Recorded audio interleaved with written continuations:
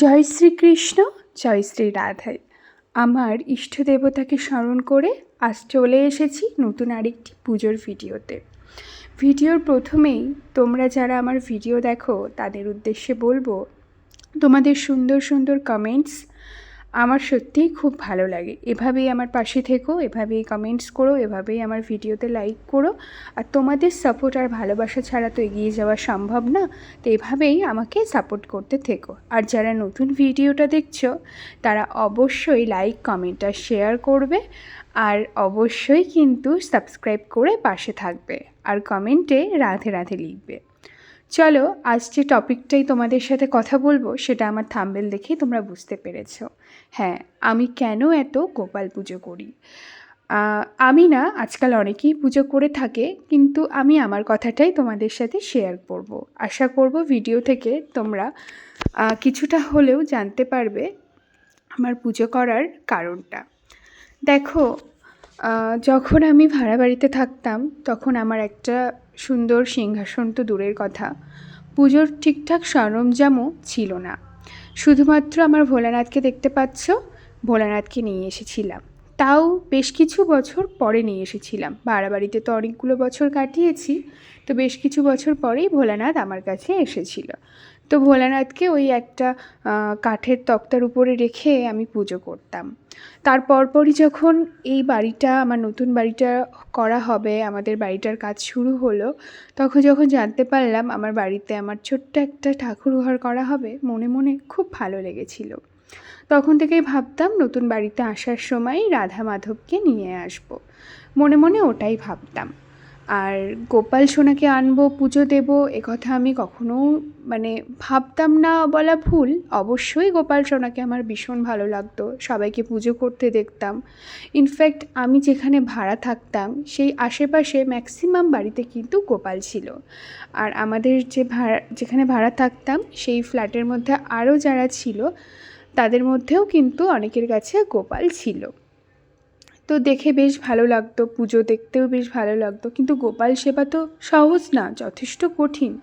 তারপরে আমার একটা ছোট্ট ছেলে আছে, তো সব কিছু মিলিয়ে আমি কখনো ভাবিনি আমি গোপাল পুজো দিয়ে পেরে উঠব। এবার বলি, গোপাল পুজো দেওয়ার আগে নাকি গোপাল সোনার যে পটচিত্র থাকে আর কি, যে ফটো আর কি, তাতে পুজো দিয়ে দেখতে বলে সবাই যে 3 বেলা কি 4 বেলা সঠিকভাবে তার সেবা আমরা দিতে পারছি কি না, তারপরেই কিন্তু বিগ্রহের গোপাল আনতে বলা হয়ে থাকে। তো কখনো সেটাতেও আমি পুজো দিইনি। হ্যাঁ, আমার মাকে দেখতাম গোপাল সোনার ফটোতে পুজো দিতে, সে অনেক আগে। তারপর মনে মনে ভাবতাম যে রাধা মাধবই নেব আমি। তো রাধা মাধবের পুজো দিতে তো আর অতটাও সময় লাগে না বলতে কি, নর্মালি আমরা যেরকম দুবেলা পুজো দিয়ে থাকি সেরকম দিলেই হয়ে যায়, আর বিশেষ কিছু তিথিতেই করতে হয়। যাই হোক, গোপাল সোনাকে আমি যে আমার কাছে পাবো, গোপাল সোনা যে আমার হাত থেকে পুজো নেবে, এই সৌভাগ্য আমার হবে আমি সত্যিই কল্পনা করতে পারিনি, জানো তো। যাই হোক, আমার তো এখন নিজেকে অনেক ভাগ্যবান বলে মনে হয় যে আমার হাত থেকে উনি পুজো নিচ্ছেন, উনি পুজো গ্রহণ করছে।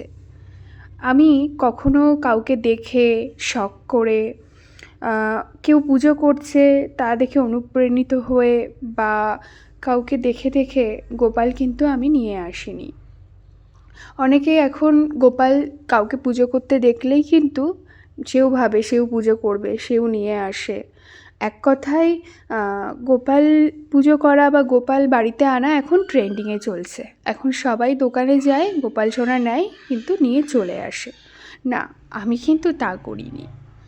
আমার গোপাল পুজো দেওয়ার পিছনে অনেকটা কাহিনী আছে, সেটা হয়তো একটা ভিডিওতে বলে শেষ করা যাবে না। কিন্তু আমি যে পুজো করছি, আমি যে পুজো দিচ্ছি, সেটা আমার কাছে অনেক বেশি পাওয়া। এবার বলি, আমার কাছে পুজো দেওয়ার মতো কোনো সামগ্রীও ছিল না, জানো তো। গোপাল সোনারা আসার পরে টুকটুক করে আমার অনেক কিছু হয়েছে এখন। তারপরে এই যে সিংহাসনগুলো দেখছো, এর আগেও কিন্তু আমার একটা সিংহাসন ছিল, তাও অনেক পরে। ভাড়া বাড়িতে থাকতে থাকতে একটা ছোট্ট একটা কাঠের সিংহাসনও কিন্তু আমি পরে নিয়ে এসেছিলাম। তার পরপরই এখানে চলে এলাম। দেখো, আজ আমার গোপাল সোনা আর আমার মহেশ্বরের আশীর্বাদে আমার কাছে কিন্তু ঠাকুর ঘরের জিনিস ম্যাক্সিমাম সবটাই আছে। মনের মতো করে ঠাকুর ঘরটাকে সাজাতে পেরেছি। আর কি বলি বলো তো, অনেকটা খারাপ সময় পেরিয়ে আজ যেটুকু ভালো আছি না, সেটুকু আমার মহেশ্বর, আমার গোপাল সোনাদের কারণে। জীবনে মানুষ খারাপ থাকলেও উল্টোপাল্টা কমেন্টস করে, ভালো থাকাটাও অনেকে দেখতে পারে না। যাই হোক, সেই সব প্রসঙ্গে না হয় নাই কথা বললাম।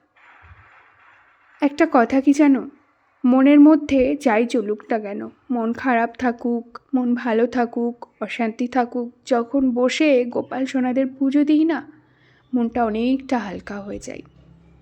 আর যে আমি ভাবতাম যে ছোট্ট ছেলেটাকে নিয়ে গোপাল সেবা কী করে দেব, গোপাল পুজো কী করে দেব, হয়তো কঠিন হবে পুজো দেওয়াটা, হয়তো পেরে উঠবো না, হয়তো আমার অপরাধ হবে, পাপ হবে, কিন্তু সেই আমি যে কোথা থেকে এনার্জি পাই জানো না, আমার একটুও কষ্ট হয়নি। কোনো দিনের জন্য মনে হয়নি যে গোপাল পুজো দিতে আমার কষ্ট হচ্ছে।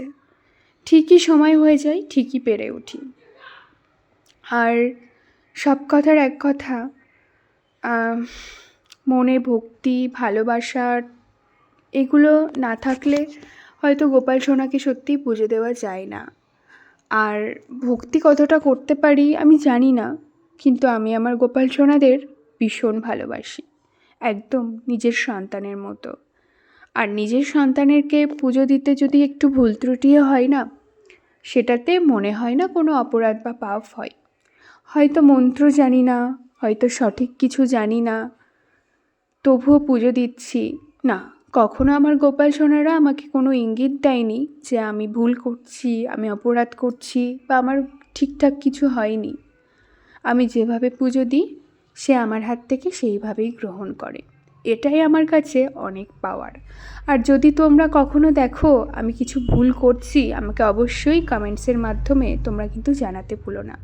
মাঝখানে এক দিদিভাই আমাকে বলেছিল যে রাধারানীকে বিবস্ত্র অবস্থায় ক্যামেরার সামনে আনবে না। হ্যাঁ, আমার ভুল হয়েছে, আমি মানছি, আর কোনো দিনই আনবো না।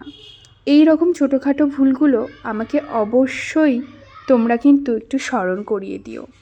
ভিডিওটা ভালো লাগলে অবশ্যই লাইক করো। আরও কিছু স্টোরি আছে, সেগুলো অন্য কোনো একদিন অন্য একটা ভিডিওতে শেয়ার করব। আজ আর ভিডিওটা বড় করছি না, এখানেই শেষ করছি। প্রত্যেকে ভালো থেকো, প্রত্যেকে সুন্দর থেকো, সুস্থ থেকো, আর রাধে রাধে জানিয়ে আজকে ভিডিওটা কিন্তু আমি শেষ করছি।